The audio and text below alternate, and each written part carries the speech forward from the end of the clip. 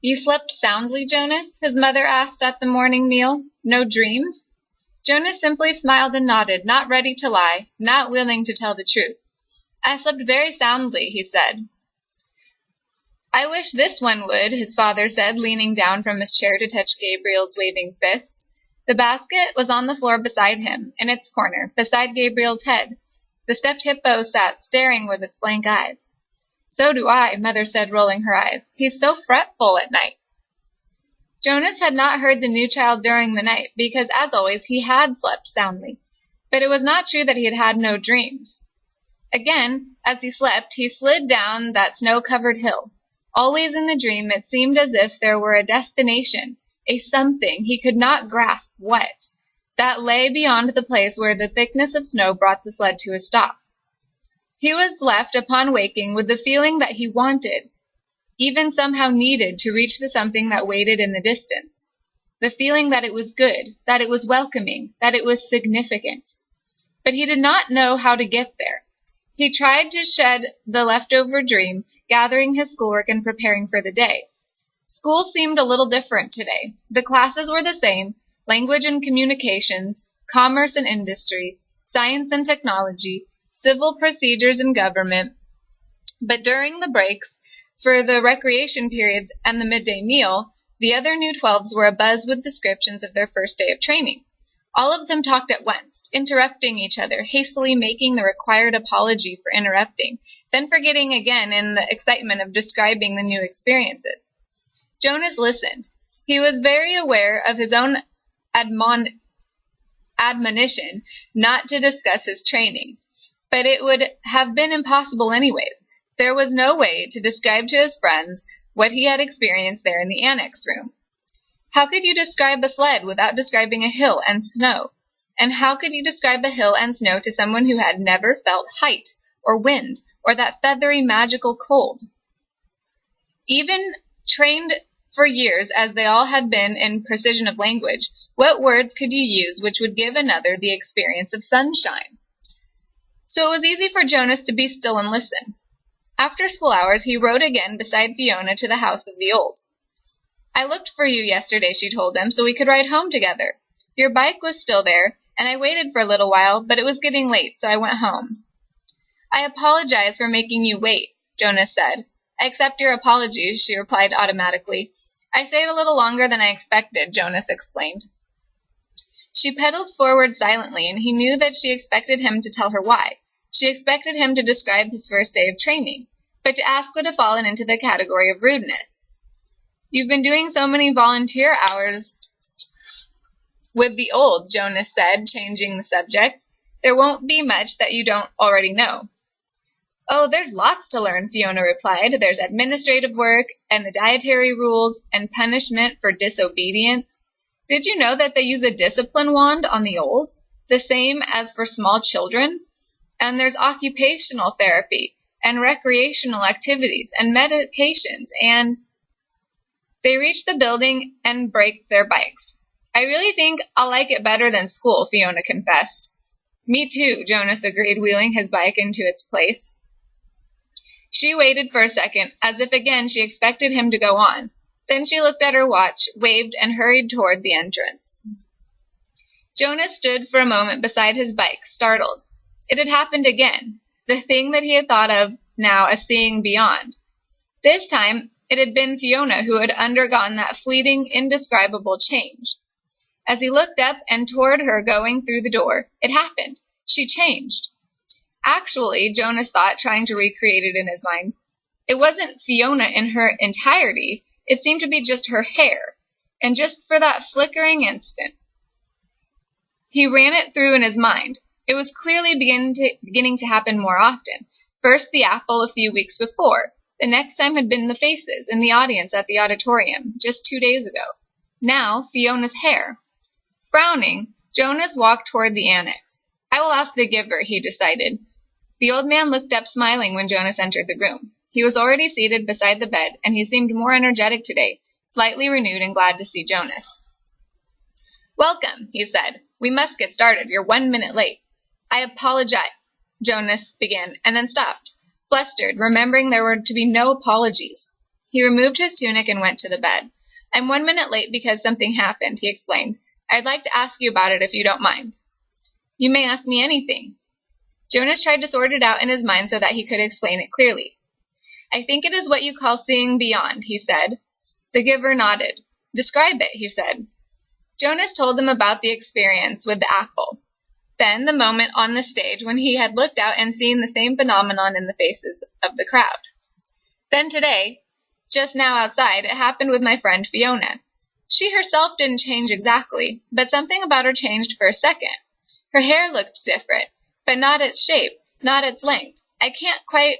Jonas paused, frustrated by his inability to grasp and describe exactly what had occurred. Finally, he simply said, "It changed. I don't know how or why." "That's why I was 1 minute late," he concluded, and looked questioningly at the giver. To his surprise, the old man asked him a question, which seemed unrelated to the seeing beyond. "When I gave you the memory yesterday, the first one, the ride on the sled, did you look around?" Jonas nodded. "Yes," he said, "but the snow in the air made it hard to see anything." "Did you look at the sled?" Jonas thought back. "No, I only felt it under me. I dreamed of it last night too, but I don't remember seeing the sled in my dream either, just feeling it." The giver seemed to be thinking. "When I was observing you before the selection, I perceived that you probably had the capacity, and what you described confirms that. It happened somewhat differently to me," the giver told him. "When I was just your age, about to become the new receiver, I began to experience it, though it took a different form. With me, it was, well, I won't describe that now, you wouldn't understand it yet. But I think I can guess how it's happening with you. Let me just make a little test to confirm my guess. Lie down." Jonas lay on the bed again with his hands at his sides. He felt comfortable here now. He closed his eyes and waited for the familiar feel of the giver's hands on his back. But it didn't come. Instead, the giver instructed him, "Call back the memory of the ride on the sled, just the beginning of it, where you're at the top of the hill, before the slide starts. And this time, look down at the sled." Jonas was puzzled. He opened his eyes. "Excuse me," he asked politely, "but don't you have to give me the memory?" "It's your memory now. It's not mine to experience any longer. I gave it away." "But how can I call it back?" "You can remember last year, or the year that you were 7 or 5, can't you?" "Of course. It's much the same. Everyone in the community has one-generation memories like those. But now you'll be able to go back farther. Try. Just concentrate." Jonas closed his eyes again. He took a deep breath and sought the sled and the hill and the snow in his consciousness. There they were, with no effect. He was again sitting in that whirling world of snowflakes atop the hill. Jonas grinned with delight and blew his own steamy breath into view. Then, as he had been instructed, he looked down. He saw his own hands, furred again with snow, holding the rope. He saw his legs move and moved them aside for a glimpse of the sled beneath. Dumbfounded, he stared at it. This time it was not a fleeting impression. This time the sled had, and continued to have as he blinked and stared at it again, that same mysterious quality that the apple had had so briefly, and Fiona's hair. The sled did not change, it simply was, whatever the thing was. Jonas opened his eyes and was still on the bed. The giver was watching him curiously. "Yes," Jonas said slowly, "I saw it, in the sled." "Let me try one more thing. Look over there to the bookcase. Do you see the very top row of books, the ones behind the table on the top shelf?" Jonas sought them with his eyes. He stared at them, and they changed, but the change was fleeting. It slipped away the next instant. "It happened," Jonas said. "It happened to the books, but it went away again." "I'm right then," the giver said. "You're beginning to see the color red." "The what?" The giver sighed. How to explain this? Once, back in the time of the memories, everything had a shape and size, the way things still do, but they also had a quality called color.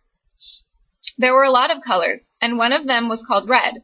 That's the one you're starting to see. Your friend Fiona has red hair, quite distinctive actually. I've noticed it before. When you mentioned Fiona's hair, it was the clue that told me you were probably beginning to see the color red. And the faces of people, the ones I saw at the ceremony? The giver shook his head. No, flesh isn't red, but it has red tones in it. There was a time, actually, you'll see this in the memories later, when flesh was many different colors. That was before we went to sameness. Today, flesh is all the same, and what you saw was the red tones. Probably when you saw the faces take on color wasn't as deep or vibrant as the apple, or your friend's hair. The giver chuckled suddenly. We've never completely mastered sameness. I suppose the genetic scientists are still hard at work, trying to work the kinks out. Hair like Fiona's must drive them crazy. Jonas listened, trying hard to comprehend. And the sled, he said, it had that same thing, the color red, but it didn't change, Giver. It just was. Because it's a memory from the time when color was. It was so... Oh, I wish language were more precise. The red was so beautiful. The giver nodded. It is. Do you see it all the time? I see all of them, all the colors. Will I? Of course. When you receive the memories, you have the capacity to see beyond. You'll gain wisdom. Then, along with colors and lots more. Jonas wasn't interested just then in wisdom. It was the colors that fascinated him. Why can't everyone see them? Why did colors disappear? The giver shrugged. Our people made that choice, the choice to go to sameness. Before my time, before the previous time, back and back and back. We relinquished color when we relinquished sunshine and did away with differences. He thought for a moment. We gained control of many things, but we had to let go of others. We shouldn't have, Jonas said fiercely. The giver looked startled at the certainty of Jonas's reaction. Then he smiled wryly. You've come very quickly to that conclusion, he said. It took me many years. Maybe your wisdom will come much more quickly than mine. He glanced at the wall clock. Lie back down now. We have much to do. Giver, Jonas asked as he arranged himself again on the bed, how did it happen to you when you were becoming the receiver?